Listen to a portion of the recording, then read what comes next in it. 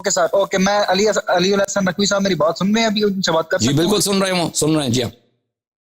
اچھا، علی الحسن نقوی صاحب کے جو استاد ہیں یہ مولانا اسحاق صاحب اور جو ہیں وہ جو محمد علی مرزا صاحب ہیں، ان کا جو آج انہوں نے سوال کیا نا والدین مصطفیٰ کے بارے میں جو بات ہوئی ہے، تو علامہ جو ہیں مولوی اسحاق صاحب ان کا یہ موقف تھا، میرے پاس ان کا کلپ بھی موجود ہے، ان سے کسی نے یہ سوال کیا نا جب جناب رسول خدا کے والدین کے بارے میں، تو وہ کہتے ہیں کہ یہ بکواس ہے، اس کے بارے میں بات ہی نہیں کرنی چاہیے، اور انہوں نے اس طرح ٹال مٹول سے کام لیا، ٹھیک ہے، اور وہ کہتے ہیں کہ یہ وقت کا ضیاع ہے، آپ کو اپنی نمازوں کا اور روزوں کا فکر ہونا چاہیے، اور آپ کو اپنی آخرت جو ہے نا اس کے بارے میں مہمان کرنا چاہیے۔ اچھا، یہ تو مولوی اسحاق صاحب کا بیان ہے، اور جو علامہ یہ جن کا ذکر کرے نا انجینئر محمد علی مرزا صاحب جی ان کا پورا ایک کلپ ہے، اس میں وہ کہتے ہیں کہ یہ ان کا، میں آپ کو بتا رہا ہوں، ان پہ اعتراض کروں میں، مطلب مجھے ان سے جواب چاہیے اس بات کا۔ محمد علی مرزا صاحب یہ کہتے ہیں جناب رسول خدا کے والدین کے بارے میں، وہ کہتے ہیں کہ ہمارے ہاں روایات موجود ہیں، مسلم شریف میں بھی جو روایات آپ نے پیش کی ہیں، اس کے علاوہ نسائی اور ابن ماجہ جو ہے نا ان کی کتابوں میں بھی یہ روایت موجود ہے جناب رسول خدا کی والدہ والی، اور انہوں نے اوپر ان کا ہیڈنگ بھی جو ہے نا وہ مشرقین کی قبر جو ہے نا اس طرح کنز ذیلہ میں درج کیا ہے۔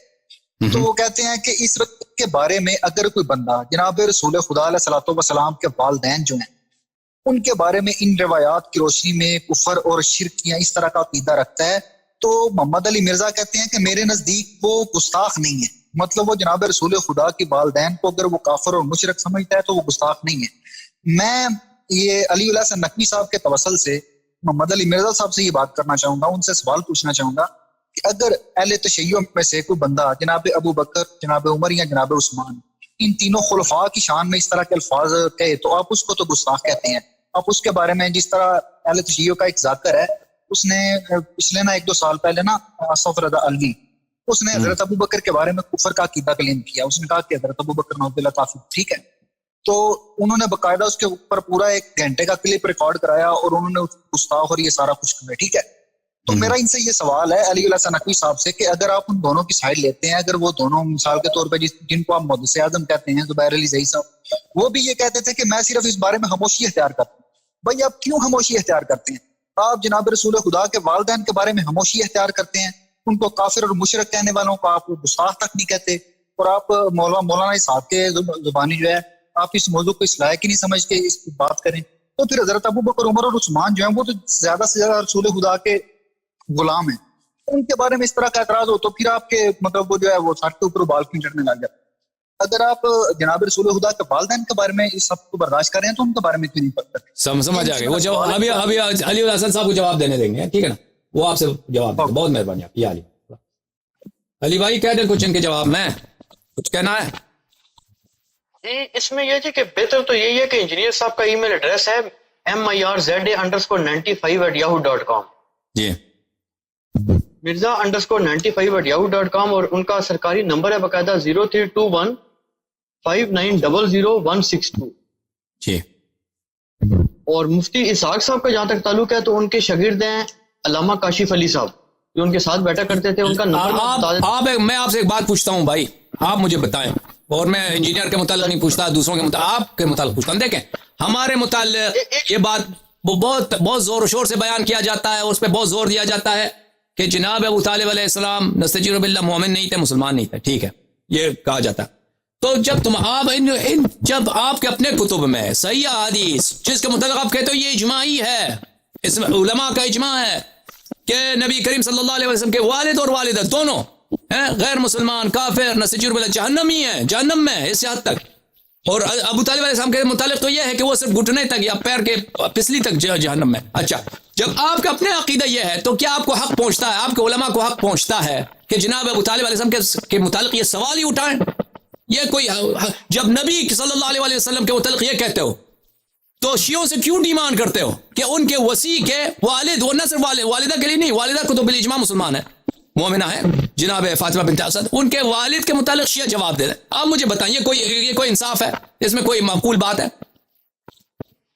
آپ بتائیں علی بھائی۔ یہ اس میں جہاں تک میری بات کر رہے ہیں نا آپ، تو میرا تو بالکل اس پہ کلی طور پہ والدین کا بھی ہے، اور حضرت ابو طالب کے معاملے میں تو میں تقریباً کوئی یہ جو شیعہ سنی اور یہ جو انصاف کا میرا زیادہ شوق ہے نا، تو اس سے بھی پہلے میں حضرت ابو طالب کے کافی جو ہے وہ علماء سے رابطہ کیا تھا، اور جو ہمارے سادات علماء ہیں وہ تو تقریباً آپ سمجھ لیں 99.9%، اور باقی بھی بہت بڑی تعداد جو ہے وہ ان کے ایمان کی قائل ہے، ایسی بات نہیں ہے. اور ہمارے ایک مفتی حنیف قریشی صاحب ہیں، بریلوی مسلک کے ہیں، تو وہ تو یہ ٹی وی کے اوپر جو ہے وہ اس کے اوپر نہیں آپ کے متعلق میں نہیں پوچھ رہا، میں پوچھ رہا ہوں ان نواسب علماء، ناصبی ٹائپ کے علماء جو شیعہ کو تانا دیتے ہیں، کیا ان کو جب ان کا آپ ان کے اپنے کتب میں رسول اللہ صلی اللہ علیہ وسلم کے متعلق یہ الفاظ ہیں ان کے والدین، کیا ان کو حق پہنچتا ہے کہ شیعوں کو تانا دے دیں؟ یہ بات سمجھ رہے ہیں نا آپ علی بھائی؟ مجھے نہیں، جو ہے نا اہل سنت کے اندر جو بعض گروہ ہے نا، وہ تو سختی کے ساتھ اس چیز کے کہہ لیں ایمان والدین نے مصطفیٰ صلی اللہ علیہ وسلم کا تو جہاں تک تعلق ہے نا، وہ تو جو بہت بڑی تعداد ہے، آپ سمجھ لیں کہ شاید 99% کہہ لیں کہ جو اس کے قائل ہیں. حضرت ابو طالب کا جہاں تک تعلق ہے نا تو اس میں اختلاف ہے، لیکن اب بہت بڑی تعداد ان کی بھی ہو چکی ہے جو ایمان کے قائل ہیں. دیکھیں اگر وہ والدین مصطفیٰ صلی اللہ علیہ وسلم کے اگر ایمان کے قائل ہیں تو دلیل کے بغیر ہے. صحیح حدیث نہیں آپ لوگوں کے پاس، صحیح حدیث ہے ہی نہیں. صحیح حدیث وہی ہے کہ وہ جہنم میں ہے، نستجیر باللہ. جیسے ابو حنیفہ جو آپ کا امام اعظم ہے، میں نے ان کا عقیدہ آپ کو دکھایا ہے، مسلم جو کہتے ہیں یہ احادیث اجماعی ہیں. اس پہ آپ ڈاکٹر طاہر القادری صاحب کا بھی لیکچر سن لیں، اور اس میں دیکھیں وہ ڈاکٹر طاہر القادری صاحب وغیرہ جو یہ سیوطی نے اپنے کتاب میں جو لکھا ہے، یہ سب وہ احادیث کوٹ کرتے ہیں جو ضعیف ہے آپ کے مذہب میں. صحیح حدیث ہاں وہی ہے جو مسلم والی حدیث ہے جو میں نے آپ کو دکھایا. عطا محمد بندیالوی صاحب تھے، ان کو شیخ الکل کہا جاتا تھا بریلوی مسلک کا. انہوں نے ایک رسالہ لکھا تھا جو کہ در حقیقت امام احمد رضا صاحب کا غالباً انہوں نے رد کیا تھا، اور بڑی شدت کے ساتھ کیا تھا. اور جو اس کو کیا جاتا ہے، اسی طرح جو شیخ احمد زینی دلان مکی تھے، مفتی اعظم تھے سعودی عرب کے، انہوں نے بھی ایمان ابی طالب پہ لکھی تھی. تو وہ انہی روایات سے ایمان ثابت کرتے ہیں جو آپ پیش کر. اچھا یہ آپ کو پڑھنی پڑیں گی جب آپ میں نے روایات دیکھی ہوئی ہیں، روایت دونوں طرف کی دیکھی ہوئی ہیں. وہ جو ایمان والی روایات ہیں وہ ضعیف ہیں. اچھی بات ہے، میں آپ کو ایک اور کال لیتے ہیں، ایک اور کال لینے کی اجازت دیں. جو روایات عدم ایمان کے لیے پیش کی جاتی ہیں نا، انہی سے وہ ایمان کرتے. اچھی بات ہے، دکھاتے ہیں آپ کو. ایک اور کال لیتے ہیں بھائی. جی بھائی بات کریں. ہلو السلام علیکم. وعلیکم السلام. کہاں سے فون کر رہے ہیں بھائی؟ جی میں پاکستان سے بات کر رہا ہوں. میں علی نقوی صاحب سے کہ رکے اس سے بات کرنی تھی. تو یہ جو مسلم کی ایک حدیث ہے حضرت ابو طالب کے بارے میں، جو ابو جہل اور کیا کہتے ہیں مغیرہ بن شعبہ ہے، اس حدیث کے راوی ہے. تو مغیرہ بن شعبہ تو رسول اللہ مطلب حضرت علی کے حضرت امیر معاویہ کے دور میں وہ موجود تھا، ادھر اس کے ساتھ دے رہا تھا اور حضرت علی کو پر لعنتان کراتا تھا سر. تو وہ اس کی صحیح نہیں ہے. ٹھیک ہے، وہ عالم دین نہیں ہے، دینی سوالات نہ کریں ان سے بھائی. وہ کوئی ریسرچر نہیں ہے، ہاں وہ محقق نہیں ہے، وہ کوئی دینی عالم نہیں ہے کہ آپ ان سے ہاں. اور اگر وہ اپنے مذہب کی نمائندگی نہیں کر رہے تو رسول اللہ صلی اللہ علیہ وسلم محبت نہیں کرتا، تو اگر وہ ہو سکتے اگر ہم کافر ہوتا تو رسول اللہ صلی اللہ علیہ وسلم یہ نہیں فرماتا کہ مطلب عام الحزن جو دو مطلب رسول اللہ صلی اللہ علیہ وسلم نے کہا تھا کہ مطلب مجھے غم کا سال ہے. بالکل بالکل. اگر ایک کافر کے لیے رسول اللہ صلی اللہ علیہ وسلم ایسے کیسے کہہ سکتا تھا اگر وہ کافر تھا؟ ٹھیک ہے، اگر انجینئر صاحب سے اس کے بارے میں گفتگو کرے گے. شکریہ. صحیح، بہت مہربانی. صحیح، اچھی بات ہے علی بھائی، بہت مہربانی آپ کی. ایک اور کال لیتے ہیں پھر اس کے بعد سب سے خداحافظی کرتے ہیں. السلام علیکم جی، بات کریں. وعلیکم السلام. سب کیسے ہو؟ جی اللہ کا شکر ہے. جی آپ سے پوچھنا تھا کہ یہ غدیر خطبہ غدیر جو ہے اس کی اسناد کتنی ہے آپ کی جو ہے نا کتابوں میں؟ یہ خطبہ غدیر جو نقل ہو رہا ہے پورا کا پورا اس کا موضوع بحث سے فی الحال تعلق نہیں ہے میرے بھائی. نہیں یہ بات پوچھنی نہیں، یہ بات ہونی تو چاہیے کم از کم کہ اس کے روایت کتنے ہیں. دیکھیں پوری خطبہ جو ہے الگ بات ہے، اس کے فقرات جو ہیں وہ تو متواتر ہیں. پورا خطبہ جو ہے اس کی بات اور ہے. پورے خطبے کی بات جو ہے نا اس کے راوی کتنے ہیں اس کے، یعنی کہ اس کے وہ 3-4 راوی ہیں، تو اگر 3-4 راوی ہو تو پھر وہ متواتر کیسے ہے خطبہ غدیر جو ہے؟ اچھا 3-4 راویوں سے. اگر آپ میں آپ کے کتب میں دکھاؤں کہ جن جیسے دیکھ حدیث متواتر جو ہے آپ کو پتہ ہے حدیث تواتر کے لیے کسی حد کی شرط نہیں ہے, صرف اتنا ہے کہ اگر حدیث کے اتنے راوی ہوں جن کا غلط پر بات پر اور جھوٹ بات پر سازش کرنا عام طور پہ ناممکن ہو. تو آپ کے کتب میں بہت سارے حدیث ہیں. درر المتناثر فی الحدیث المتواتر جناب سیوطی کی کتاب ہے, اس میں ایسے 3-4 جگہ پہ حدیث ہیں جن کو انہوں نے متواتر قرار دیا جو صرف 4 صحابی سے مروی ہیں, صرف 4 صحابی سے مروی ہیں. ٹھیک ہے نا. لیکن جو خطبہ غدیر جو پورا جس میں نقل ہو رہا ہے اس میں مولا علی علیہ السلام کی خلافت کا اعلان بھی ہے, ولایت کا بھی اعلان ہے, اس کے بعد 12 اماموں کی کی امامت کا بھی اعلان ہے, اس کے بعد امام مہدی علیہ السلام کی جو ہے نا ان کی غیبت کا بھی ان میں اعلان ہے. اگر وہ 6-7 راویوں سے منقول ہوئی ہے تو پھر پوری کی پوری امت پہ یہ حجت کیسے ہو جائے گی؟ یعنی کہ یہ بات پوچھ رہا ہوں, اس کا جواب چاہیے اگر دے سکتے ہیں تو. پورے امت پہ دیکھ میں نے کہا نا متواتر کے لیے ایک شرط نہیں ہے, متواتر کے حد عقل کی کوئی شرط نہیں ہے. تو اگر آپ اس کو بات سمجھ نہیں آئی تو میں کیا عرض کروں؟ میں نے عرض کیا کہ بہت سارے ایسے روایتیں صرف 4 صحابہ سے روایت ہیں تو ان کو حجت قرار دیا گیا ہے. ٹھیک ہے نا. ٹھیک ہے, ختم بات. اور یہ جو ایک بات پوچھی تھی نکاح متا کے بارے میں کہ نکاح متا میں جو شرط ہے کہ اگر وہ انسان کسی کے ساتھ کسی اور کے ساتھ کرتا ہے تو اس کے لیے 2 گواہوں کا ہونا ضروری ہے نہیں یا ضروری نہیں ہے؟ کیا چیز ضروری ہے؟ نکاح متا کے لیے 2 گواہوں کا ہونا ضروری ہے یا نہیں ہے؟ یہ شیعہ مذہب کی بات کر رہے ہیں مخالفین مذہب کی؟ دونوں کی بات کر رہا ہوں. شیعہ مذہب میں نہ نکاح دائم کے لیے گواہ کی ضرورت ہے نہ نکاح منقطع کے لیے شیعہ مذہب میں. اچھا. مخالفین کے جو اقوال ہیں اس میں مختلف ہیں. مخالفین مثلا عمدۃ القاری میں نے عینی کا دکھایا, وہ کہتا ہے گواہ کی ضرورت نہیں ہے. سودی کہتا ہے گواہ کی ضرورت ہے. تو اس میں اقوال 2 طرح کے منقول ہیں مخالفین سے. لیکن نکاح تو جو ہے نا وہ ایک ضروری ہے, اس میں تو لوگوں کو پتہ ہونا چاہیے تاکہ زنا کا امکان نہ رہے. اگر زنا کا امکان ہے تو پھر وہ اس کے لیے گواہوں کی ضرورت نہیں ہے. اگر نکاح ہے تو اس کے لیے گواہوں کی ضرورت ہونی چاہیے, ہوگی ضرورت. دیکھیں ہمارے مذہب میں گواہ کی ضرورت نہیں ہے. مرد اور عورت اگر اتفاق کر لیں کہ ہم نے نکاح کیا ہے, شادی کیا ہے, تو وہ بعد میں ادعا کر سکتے ہیں کہ ہم نے شادی, یہ کافی ہے, ان کی شہادت کافی ہے. نکاح کے ہمارے مذہب میں اہل بیت علیہ السلام کے مذہب میں گواہ کی ضرورت نہیں ہے, نہ نکاح منقطع کے لیے اور نہ نکاح عقد دائم کے لیے. ٹھیک ہے نا. طلاق کے لیے ضروری ہے, طلاق کے لیے شہود کی ضروری ہے ہمارے مذہب میں. ہمارے مذہب میں بالعکس مذہب مخالف وہ نکاح کے لیے شہود مانگتے ہیں, طلاق کے لیے شہود نہیں مانگتے. ہمارے مذہب میں بالعکس ہے, طلاق کرنا مشکل ہے, نکاح کرنا آسان ہے. ان کے مذہب میں طلاق دینا بہت آسان ہے. طلاق وہ عدہ میں بھی ہو تو اس کی طلاق ہو جاتی ہے. ٹھیک ہے. اور اگر 3 دفعہ طلاق کہہ دیا تو اسی وقت وہ بالکل وہ اس کو دوسری مرد سے شادی کرنا پڑتا ہے. تو ہمارے مذہب میں طلاق کے شرائط ہوتے ہیں. طلاق کو اس میں عدہ سے پاک ہو کر اور اس طہر میں اس سے نزدیکی نہ کیا ہو گیا ہو, اور اس کے علاوہ 4 عادل شہود ہوں, ایسے شاہد بھی نہیں, 4 عادل شاہد موجود ہوں, طلاق دیتے ہیں, پھر وہ مقبول ہے. صحیح ہے. مذاق میں بھی نہ صرف وہ بھی ایک طلاق واقع ہوگی, ایک نہ کہ 3. ایک تو طلاق دینا ہمارے مذہب میں بہت مشکل ہے, نکاح کرنا آسان.